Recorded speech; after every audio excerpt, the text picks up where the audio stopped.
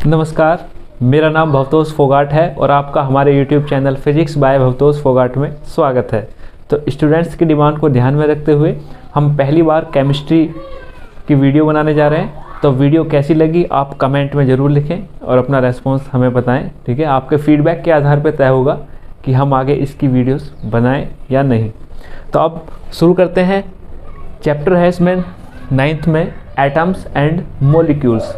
तो एटम्स की पहले हम बात करते हैं। एटम्स शुरू से ही दार्शनिकों के लिए एक महत्वपूर्ण बिंदु रहा। ग्रीक के दार्शनिक और भारतीय दार्शनिक इस बारे में शुरू से ही खोज करते रहे।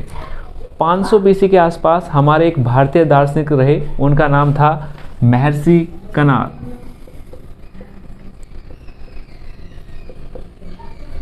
उन्होंने इस बारे में बात की।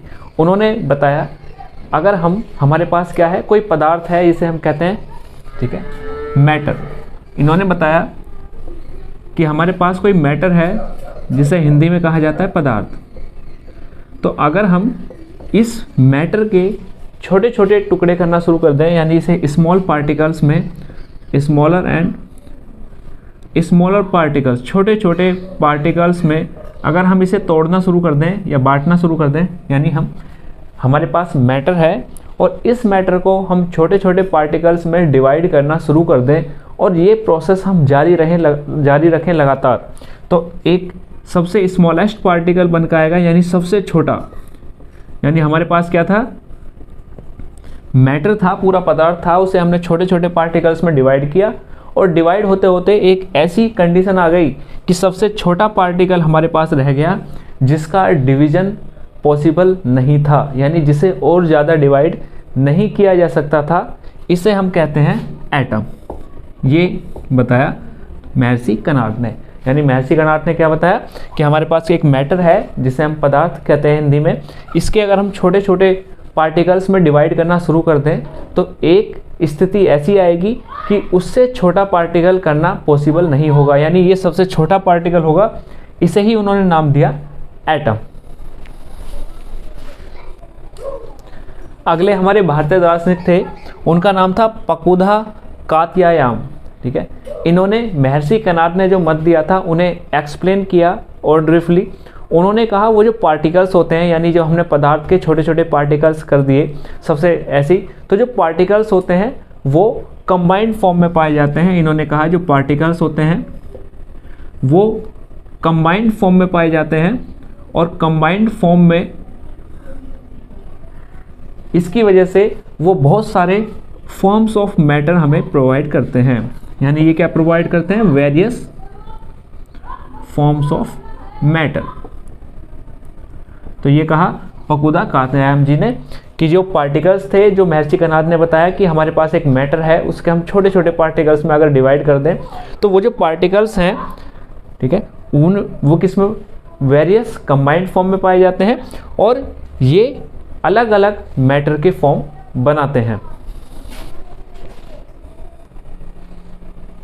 इसके बाद बात आती है मॉलिक्यूल्स की। मॉलिक्यूल्स क्या होते हैं?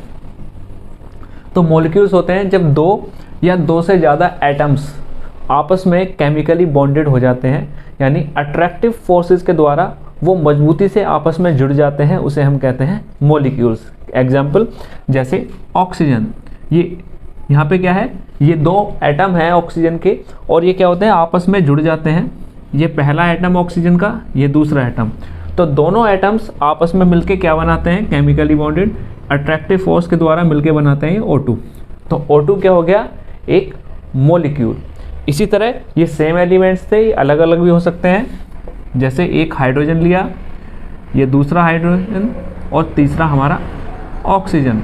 तो यहाँ पे तीन एटम्स हैं, तीनों केमिकली बॉन्डेड होकर क्या बनाते हैं, H2O। तो ये क्या है, एक मॉलिक्यूल। यानी जब दो या दो से ज़्यादा एटम्स मिलकर एक मॉलिक्यूल बनाए, यानी दो या दो से ज़्यादा एटम्स मिलकर क्या बनाते हैं, एक मॉलिक्यूल का निर्माण करते हैं।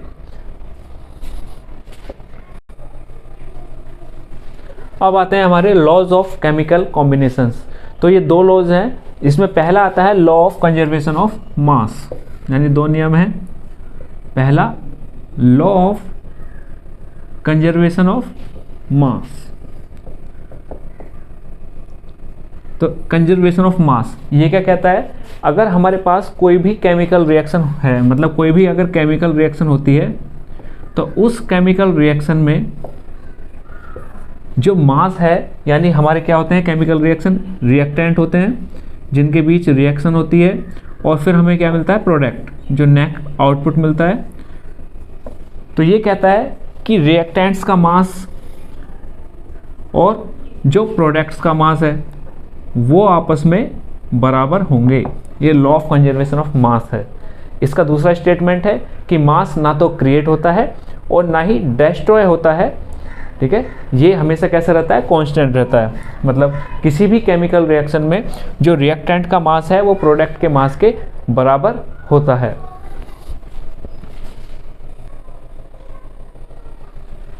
इसका लॉज ऑफ केमिकल कॉम्बिनेशन में हमारा दूसरा लॉ था लॉ ऑफ कांस्टेंट प्रोपोर्शन। इसमें क्या है, हमारे जो भी कंपाउंड होते हैं, यानी कंपाउंड किससे मिलते हैं, हमारे कंपाउंड बनते हैं हमारे दो या दो से ज़्यादा एलिमेंट्स से मिलके, यानी कोई भी एलिमेंट्स हो सकते हैं, ये दो से ज़्यादा भी हो सकते हैं, एलिमेंट 1, एलिमेंट 2, ऐसी एलिमेंट 3 भी हो सकते हैं, यानी एलिमेंट से मिलके हमारा कंपाउंड बनता है। तो जो एलिमेंट्स की संख्या होती है वो फिक्स होती है, यानी उनका क्या होता है, डेफिनेट प्रोपोर्शन होता है। तो वैज्ञानिकों ने इसमें कहा, काउस्ट ने, कि जो एलिमेंट्स हैं इनका जो मास होगा, मतलब एलिमेंट्स से मिलके कंपाउंड बना, तो किसी भी कंपाउंड के अंदर जो एलिमेंट्स का रेशो देखें अगर मास का, तो वो भी कैसा होगा, निश्चित, क्योंकि एलिमेंट्स की संख्या निश्चित है तो इनका मास भी निश्चित होगा, तो इनका जो अनुपात होगा मासेस का वो कैसा होता है, फिक्स। तो इसे कहा गया है कांस्टेंट प्रोपोर्शन। जैसे एग्जाम्पल है वाटर। इसमें अगर हम मास ऑफ हाइड्रोजन और मास ऑफ ऑक्सीजन, इनका अगर हम रेशो निकालें तो हमेशा जो रेशो होगा वो होगा 1:8, ठीक है। पानी चाहे कहीं से भी लिया गया हो, चाहे समरसीवर से लें, नल से लें, झोड़ से लें या कहीं नाली से लें, लेकिन जो इनका रेशो होगा मास का वो हमेशा 1/8 होगा। अब चाहे अगर हम 9 ग्राम वाटर ले लें तो भी H2O के, ठीक है, कंपाउंड ले लेते हैं, तो भी इनके जो मास का रेशो है, mass of hydrogen upon mass of oxygen, वो हमेशा 1:8 ही फिक्स है। इसे कहा गया लॉ ऑफ कांस्टेंट प्रोपोर्शन। इसी तरह एक और एग्जांपल लेते हैं, अमोनिया। इसमें अगर हम मास निकालें किसका, नाइट्रोजन, मतलब रेशो निकालते हैं किस किस का, mass of nitrogen upon mass of hydrogen, तो ये हमेशा कितना होगा, 14:3। तो जो मास का रेशो है वो अमोनिया, वाटर, इसी तरह जितने भी कंपाउंड्स हैं उन सब में मास फिक्स होता है। इसे कहा जाता है लॉ ऑफ कांस्टेंट प्रोपोर्शन। तो ये थी आज की वीडियो में। अपना फीडबैक लिखना बिल्कुल ना भूलें कि आपको वीडियो कैसी पसंद आई। तो आज के लिए इतना ही। वीडियो देखने के लिए धन्यवाद।